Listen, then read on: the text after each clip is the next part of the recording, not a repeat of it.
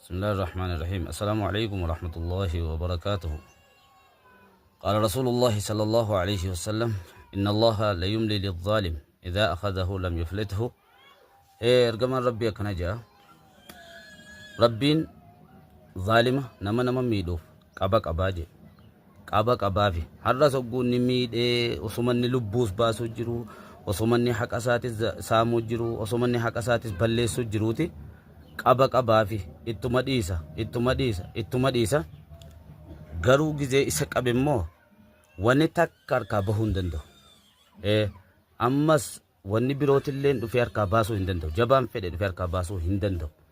Isa kanaafuu yaa nama miidhuu jirtu, yaa nama biyya tokkos miidhuu jirtu, yaa nama lubbuu tokko haqaan malitti akkasitti miidhuu jirtu, rabbiin akkasitti nageenyaan si oolchee si bulchuun kun sin gowwoomsin gaafa qabamtee jette qabaasaa dura tokko bahuu hin danda'u.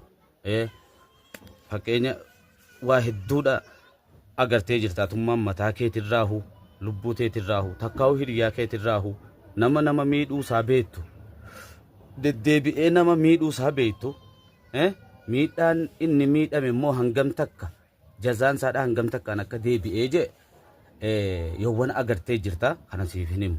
Isa kanaaf hadaraa lubbuun kan keessin dagin lubbuun keessin gowwoomsin nageenya rabbiin akkasitti sii kenneetuma sitti dhiisee jee tokko sin dagin sin gowwoomsin. Namni tokko si biraa kan nama miidhu tokko kan nama miidhuu jiru deddeebi'ee miidhu tokko nagaya ta'uun saadhaa sin gowwoomsin. Maaliif jennaan gaafa isa qabee jee qabaa rabbii dura tokko bahuu hin danda'u waan ta'eedhaaf. Isa kanaafuu rabbiin warra lubbuu ofiitiin gowwoomu rabbiin hin godhin, warra nama miidhuudhaan beekame rabbiin hin godhin, warra saamichaanis beekame rabbiin hin godhin, namas eeggatu rabbiin waa godhu. Rabbiin bar zulmii waan jedhamu kana ofirratti dura haraam godheeti, ifirratti haraam godhee ka'eeti jidduu ilma namaatti illee haraam godhe. Kanaaf nama zallamame zulmii jalaa rabbi haa baasu. Ta zallamee je illee yoo qaceelchuu fedheenii je rabbiin haa qaceelchu. Qaceelumina yoon fedhiniin immoo rabbi isaa haa qabu. Akkasiitii lubbuu keetiin hin dagamin. Akkasiin iyyaa keenya rabbiin haa guutu, khayrii waliin nuuf haa qabu. Hamtuu rabbiin irraa haa qabu.